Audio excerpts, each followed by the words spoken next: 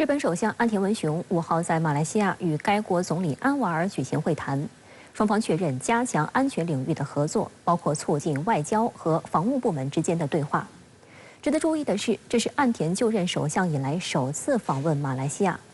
此前，岸田还对菲律宾进行了访问，并确定根据政府安全保障能力强化支援及 OSA 机制，向菲提供防卫装备。 日本舆论普遍认为，岸田访问两国主要的目的之一，就是为了围堵中国。此外，还想挽救其岌岌可危的支持率。11月5号，马来西亚总理安瓦尔在官邸与到访的岸田文雄举行会晤。马方参与双边会谈的部长有经济部长拉菲兹、投资、贸易及工业部长扎夫鲁、外交部长赞比里、通信及数码部长法米等人。两国就贸易与投资、教育、国防、环境与能源安全、资讯与通讯等领域的双边关系展开讨论。 据日本广播协会网站5号报道，会谈持续了约2个小时。据马来西亚星报报道，安瓦尔在与岸田的会谈中表示，日本应该继续就福岛核污染水排海问题听取地区各方意见。安瓦尔说，鉴于日本此行为的跨区域影响，他希望日本继续关注马来西亚和其他区域国家就此问题提出的观点、建议和关切。但深圳卫视注意到，马来西亚政府的这一观点被日本媒体在报道时弱化了。 安瓦尔和岸田文雄还就巴以冲突等区域和国际议题交换意见。一直以来，安瓦尔和马来西亚政府均高调支持巴勒斯坦，并反对以色列方面针对加沙地带不成比例的军事行动。安瓦尔表示，加沙的损失相当于当年的广岛，并表示希望在停火和人道主义援助方面深化合作。而日本在巴以冲突中则尽量保持相对中立，不得罪美国和阿拉伯国家。 值得注意的是，会谈中，两国首脑确认将推动双方外交和防务部门之间的对话，开展海上安全机构之间的联合演习，并对落实日本 OSA 机制加速协调，以实现日方为友军提供防卫装备。尽管这一动作被普遍解读为针对中国，但据外界观察，马来西亚媒体在相关报道中却很少提及 OSA 与中国。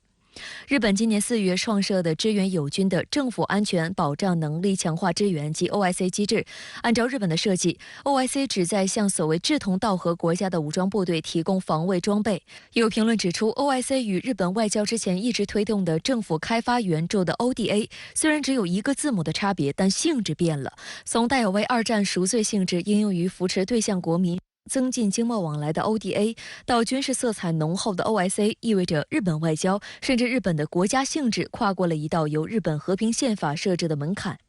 新加坡南洋理工大学副教授古贺庆分析称，虽然马日关系良好，但东京认为吉隆坡有时过于倾向于中国。东京寻求加强与吉隆坡的安全关系，是为了防止马来西亚过度倾向中国。多家日媒透露，向来重视对华合作的马来西亚对 OSA 机制保持了一定的警惕。还有消息称，双方的讨论进展缓慢。而在访问马来西亚之前，岸田文雄于3号率先到访菲律宾。岸田文雄就任首相以来首次访问马来西亚和菲律宾，和往届日本首相出访多着力于推动经济外交不同，岸田此访重点在于加强与菲马的防务安保合作。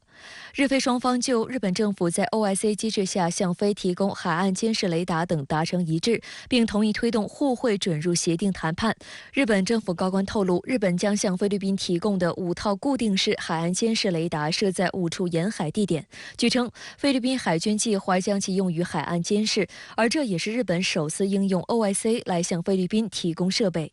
当然，从菲律宾和马来西亚的反应来看，其实也是存在着明显的温差，尤其是围绕南海问题。那么在马来西亚呢，在总体来说调门比较低，马来西亚方面的反应也比较低调。在日本媒体的语境当中啊，岸田此访就是为了牵制中国。但从实际情况来看，由于当前中马关系发展比较良好，那么日方在南海问题上想要涉华的问题上，想要来拉拢马来西亚对抗中国啊，其实这个目的并没有达到。马来西亚在涉华议题上还是总体是非常顾忌的。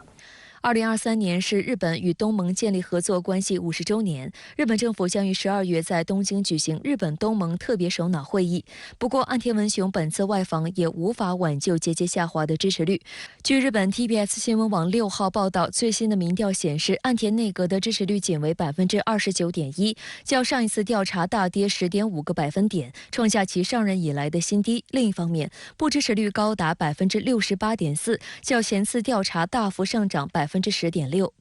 报道称，此次岸田内阁支持率大跌的原因，主要是其经济政策引发民众不满。11月2号，日本内阁通过了一项大规模经济刺激计划，拟投入超17万亿日元以应对通货膨胀。不过，在此次民调中，仅有18%的受访者表示对这一经济刺激计划表示支持，不支持的比例则高达72%。在日本政坛，内阁支持率低于30%被舆论视为进入危险水域，若进一步跌破20%，就被视为陷入下台水域。日本政府和自民党内人士担忧岸田内阁已进入危险水域，不安情绪正在持续蔓延。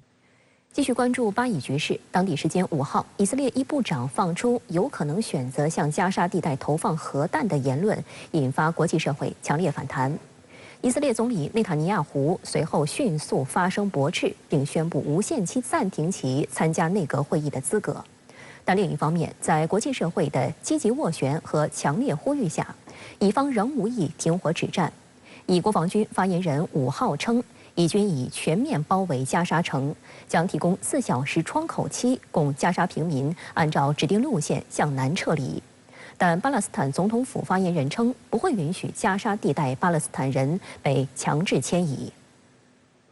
以色列国土报称，以色列遗产部部长埃利亚胡5号在接受当地电台采访时称，他对以色列在巴勒斯坦领土上展开报复的规模并不满意。当被问及是否支持向加沙投放某种原子弹，他则表示这是一个选项。该言论迅速受到各方严厉批评，有声音要求将该部长免职，并惊动了以色列总理。内塔尼亚胡办公室随即在5号上午发布声明，驳斥了埃利亚胡的核言论，并宣布无限期暂停其参加内阁会议的资格。国际社会的反弹也十分强烈。据英国中东之眼网站报道，沙特阿拉伯以最强烈的措辞谴责埃利亚胡，称此类言论表明残暴和极端主义正在以色列政府成员中蔓延。埃利亚胡后来则在社交媒体上辩解称，自己的说法只是一个比喻。说核打击这种声音在以色列是很小的，所以至少以色列绝大多数政客老百姓是不同意的。但是同时我们也应该看到，以色列目前是肯定不会停火的，因为它的战略目标和战略规划是很明确的，就是要全面的消灭哈马斯，摧毁哈马斯在加沙的政权。现在以色列已经濒临加沙城的城下了，在这种情况下，它是不可能停火的。未来一段时间，它肯定是会对加沙城进行全面的占领，并且在加沙城里边逐门逐户的来寻找哈马斯人员的，所以战争肯定是会进一步扩大的。以色列一部长不排除对加沙地带动用所谓核弹选项的言论，让全世界哗然。以方也已展开紧急灭火行动。那您对此如何看呢？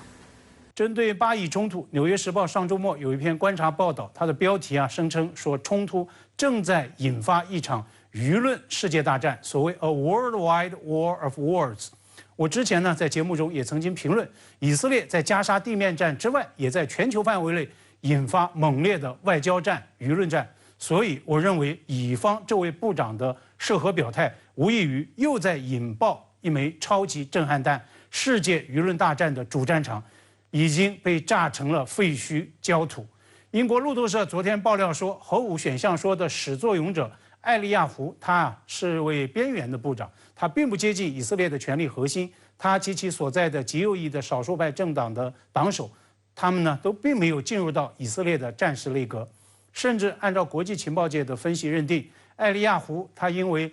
内塔尼亚胡组建多党联合政府，他才得以入阁。他及其所在的政党未必掌握着以色列核武库的关键信息，更不要提动用大杀器的权利了。没错，以方已经对所谓的核弹选项说在紧急灭火，总理内塔尼亚胡已经做出所谓的整肃行动，暂停他的参加内阁会议的资格。内塔尼亚胡的办公室也在澄清说，所谓核弹选项说并不是基于以色列的战略现实。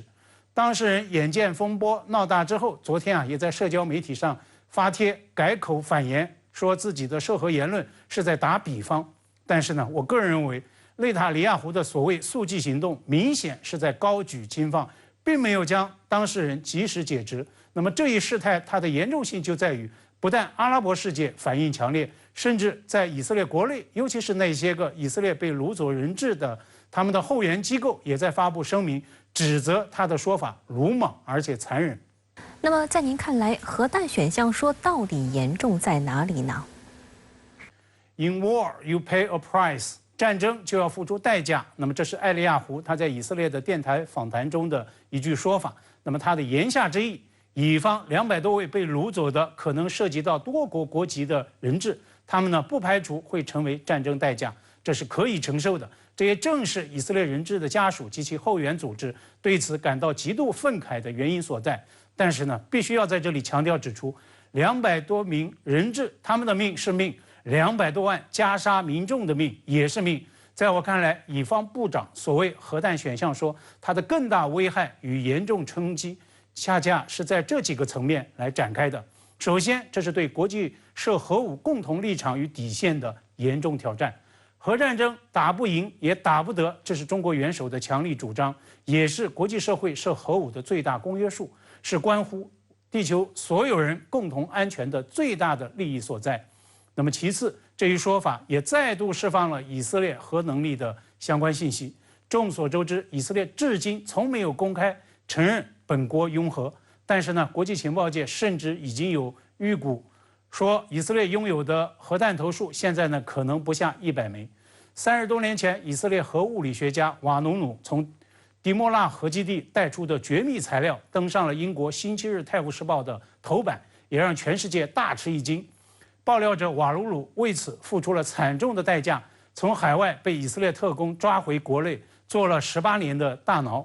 最后啊，在以色列的战争状态之下，再有部长级的官员触动核武禁忌，以色列最大的盟友美国到底是持什么立场呢？为什么不及时谴责呢？美国五角大楼的军力报告不是关切所谓的核武威胁吗？这难道不是真真切切的高危事态？值得注意的是，就在今天，中美代表将会在华盛顿举行军控磋商。